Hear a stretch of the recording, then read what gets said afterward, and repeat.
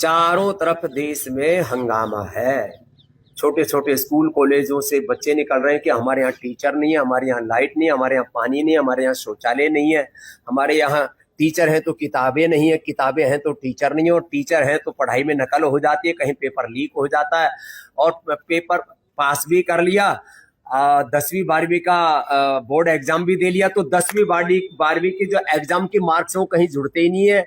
Competitive exams के आधार पर ही आगे यूनिवर्सिटी में सिलेक्शन होता है, और उसके बाद में फिर जो है जब कहीं नौकरी की बारी आए, खास करके गवर्नमेंट जॉब्स में इंटरव्यू के दौरान 90 से 99% घोटाला होता है। अपने विचार, अपने संस्कार, अपने संगठन, अपने ही जाति वर्ग समुदाय के लोगों को ठोक लेते हैं और बाकी को बाहर छक्का मार देते हैं। ये बहुत ही अपमानजनक है, ये लोकतंत्र के खिलाफ है, ये न्याय के भी खिलाफ है। एक तरफ हम कह रहे हैं सत्यमेव जयते, ये तो धर्मस्ततो जये, हमने शासकीय उद्घोष बना दिए, और वहां जब किसी को इंटरव्यू की बारी आती है तो 10 में से पहले से तय करके और पैसे लेके 25-50 लाख 1-1 करोड़ रुपए की रिश्वत लेकर के फिर भर्ती करते हैं।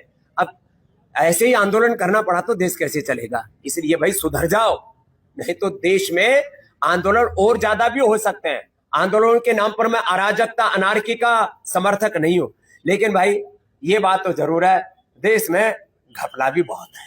ये घपले ठीक कर लो, नहीं तो कहीं ऐसा ना हो कि बाबा रामदेव को दोबारा आंदोलन करना पड़े।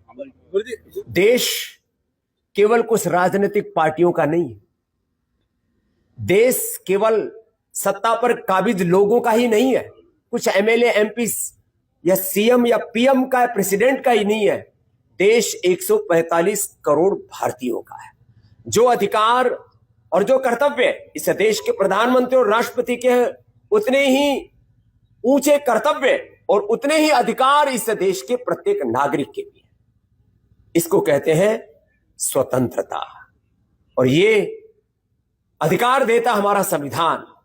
भारत के सभी नागरिक देश के संवैधानिक, लोकतांत्रिक, मानवीय, नैतिक, आध्यात्मिक मूल्यों का पालन करके इस तरह का आचरण करें कि भारत का नागरिक विश्व का श्रेष्ठतम नागरिक हो, भारत की करेंसी विश्व की श्रेष्ठतम करेंसी हो, भारत की अर्थव्यवस्था दुनिया की श्रेष्ठतम अर्थव्यवस्था हो, भारत की शिक्षा और चिकित्सा व्यवस्था विश्व की श्रेष्ठतम शिक्षा और चिकित्सा व्यवस्था हो, भारत के लोगों की जीवन पद्धति, भारत के लोगों का चरित्र विश्व का सबसे ऊंचे चरित्र के रूप में दुनिया में जाना जाए।